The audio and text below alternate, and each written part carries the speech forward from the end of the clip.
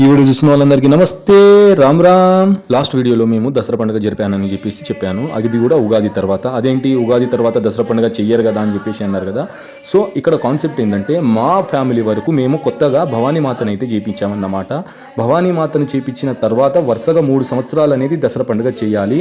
అది కూడా కొత్త సంవత్సరం అంటే మన తెలుగు క్యాలెండర్ ప్రకారం కొత్త సంవత్సరం వెళ్ళిన తర్వాత పండుగ అనేది చేయాలి. సో ఉగాది అనేది మన కొత్త సంవత్సరం కాబట్టి మేము దాని తర్వాత పండుగ చేయడం జరిగింది. ఇది కూడా రెండోసారి. ఈ విధంగా గత సంవత్సరం మేము పండుగ జరిపినప్పుడు అమ్మవారిని ఒక పెట్టెలో దాపెడతాము, ఎందుకంటే ఇంటిలోనే ఉంచాలి కాబట్టి. ఈ సంవత్సరం పండుగ చేయాలి కాబట్టి అమ్మవారిని పెట్టె నుంచి బయటికి తీసి, అమ్మవారిని మీరే చూసేయండి. అలా అమ్మవారిని బయటికి తీసేటప్పుడు మా బంజారా సాంప్రదాయం అన్న పాటలు పాడాలి.